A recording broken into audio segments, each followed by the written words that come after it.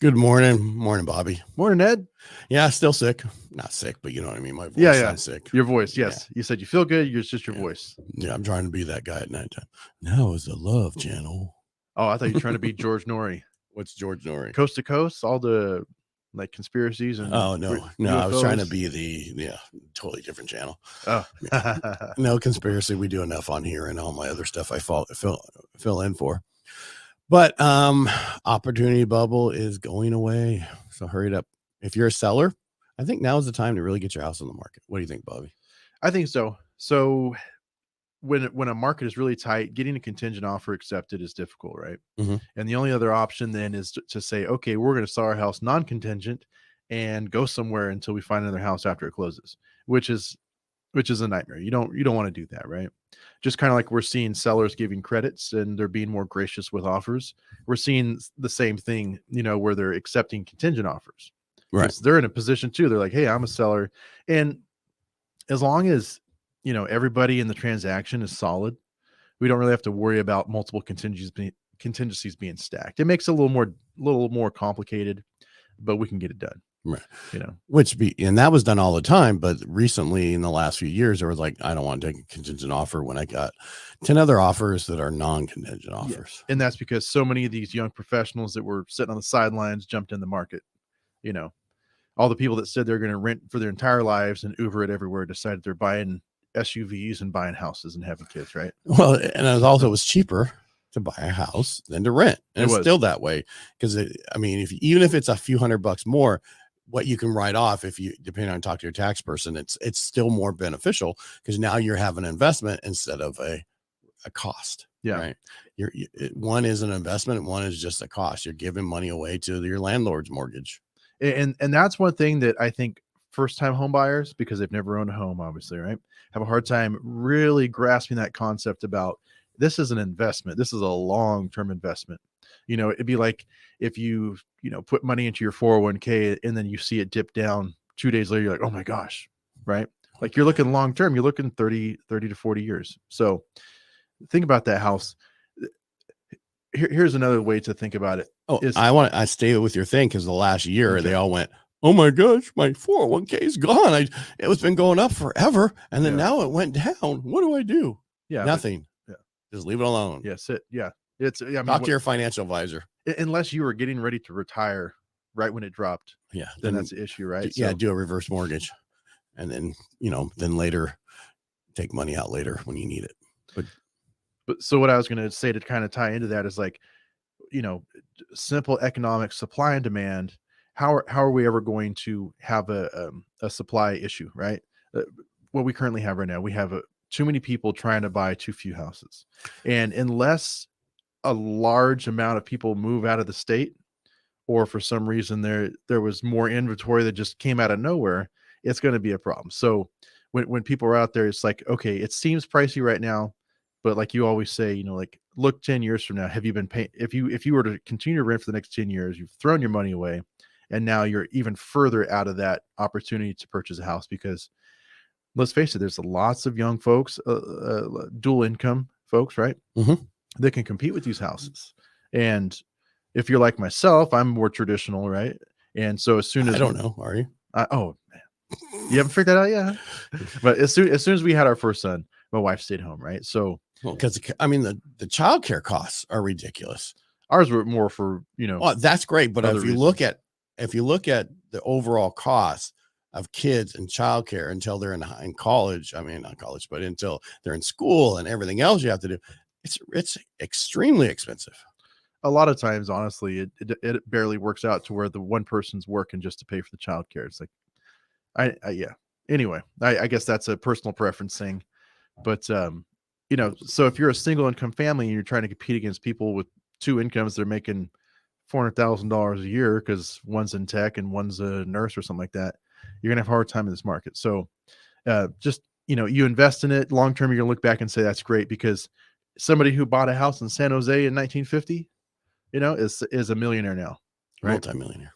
Yeah, probably. Well, so my father-in-law's mother, my wife, anyway, I'm trying to follow. She bought her house in 1955, pretty average house in San Jose. Okay. easily worth like 1.3 million right now. Yeah. And that's in original condition. So I think long-term, even houses here in the Valley, we're going to see that, Well, it's like friends of mine have bought in San Clemente. I helped them buy a duplex down there for 950,000 almost 7 years ago. And that thing's worth over 2 million now. Yeah. Yeah. It's just values are going to go up and keep going up. They're not going to go down. Yeah. And that, I think a lot of people didn't realize that. They were expecting 2008 because it was so new. It was still here. It was 16, 18 years ago. Yeah. And everybody's like, it's 2008. Yeah. Bubble. We're having a bubble. No, only bubble is the fact that you didn't take advantage of this opportunity to get into the house with rates being higher than they were. Well, and honestly, a lot of folks created that problem or exacerbated it, right? Because once they saw they lost, $200,000 in the home, rather than doing the honorable thing and saying, well, I signed this loan at the time I qualified and I still qualify, I'm going to keep this house. They just said, forget it, I'm out of here. And they walked away, right? And they said, I'll move in with family and take the hit on my credit for a few years. Right. And then they went and bought another house and then they made a lot of money. Yeah. And it's like a bank run, right? Right. What one person does, the next person does it. And then before you know, you got a calamity on your hands. So, and there were, I know some people kept their houses and then they came out on the other side. Other people let them go and they got out of the short sale, which is okay because that whole situation created a lot of wealthy people, right? It was an opportunity for other people to come in and buy homes a lot cheaper. True. And I understand both sides of that coin, but I don't fault anybody for what they do. There's no judgment in my house because until you walk a mile in someone's shoes, you can't judge them. Or you shouldn't judge them. Hey, man, I'm kind of like, it's like these no judgment zone here, man. Hey, I'm judging all the way, man, because you're on the real estate side. That's different. I'm on the mortgage side. We don't judge. Yeah, I was gonna say like student loans, right? Like I paid mine off faithfully. It took me about 8 years. Then I got a buddy who just sent me a note saying, "Hey, man, I just kept deferring mine, and look now, I don't know anything." Where it went away? Yeah. Was he a teacher? No. How'd it go away then? Yeah, I'd have to show you later, man. It was about $28,000 in student loans that were just forgiven. Really? Yeah. That's unusual because they can't do the student loan forgiveness right now. Yeah, he works for a government contractor. Maybe it's that. I don't know if that's sometimes. Like I had a friend of mine who worked for the she was the congressman and that kind of stuff, and they would pay their student loan for them. Yeah. Yeah. Yeah, and here's another example. I guess why I take it kind of personally, right? Like 08, like 06 to 08. Like almost all my friends were buying houses. This is long before I was in real estate. This is before I could even buy a house, right? I could even afford one. I was just reestablishing myself after getting out of the Navy. And so I saw so many folks get brand new houses, and as soon as things went sideways, they bailed. Or they would just stop paying on their mortgage, and it took 18 months before they even came and posted a notice of eviction, or that someone was coming to change the locks. It's like, I don't know. I think it's a lack of integrity. Again, no judgment. People go bankrupt for this reason, that reason. And during that period of time, a lot of people had to go bankrupt.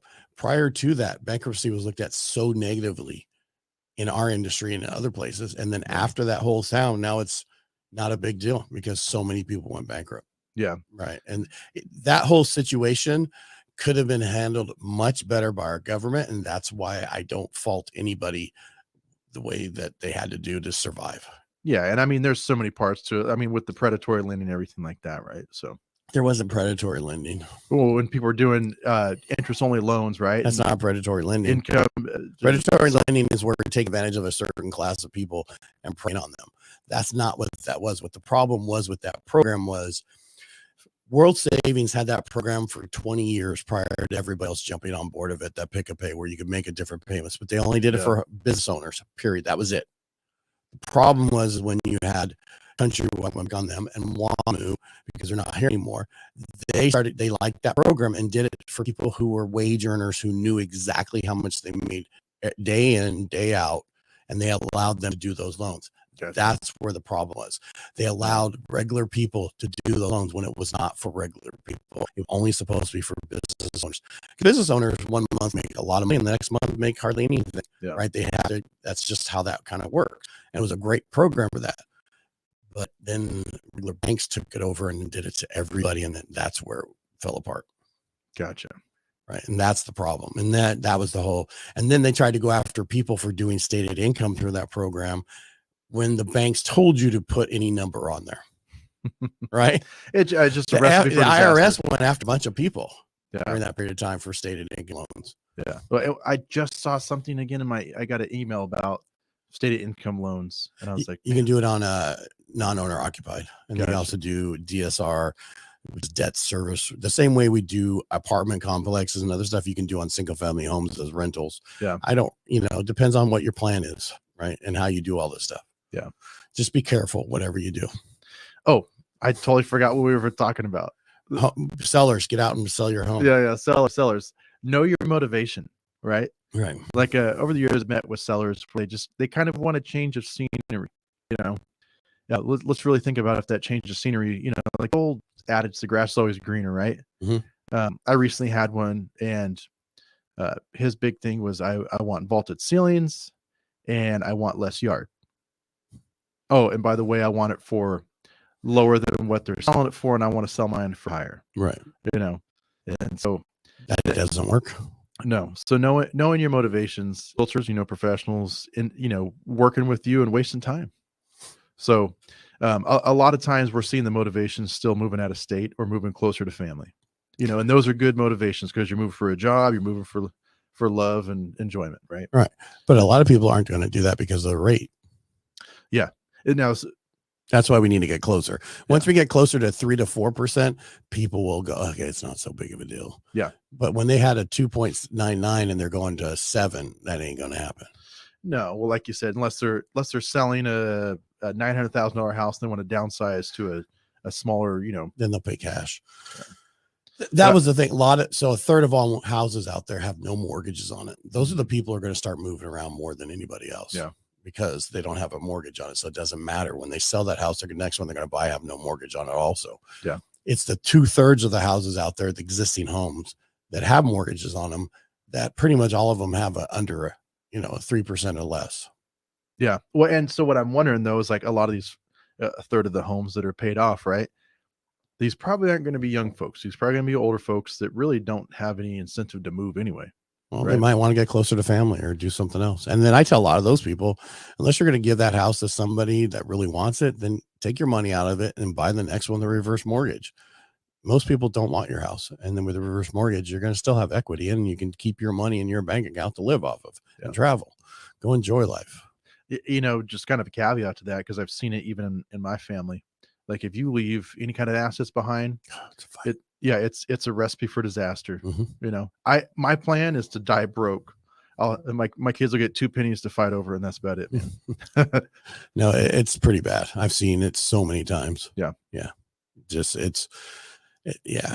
I tell my kids, make your own, because you're not getting mine. Yeah. Well, they still think we got the cabin. I want this. That's to say it's going to be there when we leave. Yeah. Well, geez. Yeah. Exactly right. Who knows what healthcare is like when you're older? And I know. Well, we're good on that because my wife works for Kaiser, so we're okay. You're set. Yeah, okay. I'm set for that. We're really good on that. So, I mean, my thing is lately I've been like, why don't we sell the land, split the land into multiple parcels so that we can make some money on it, and let's go buy a place in Spain.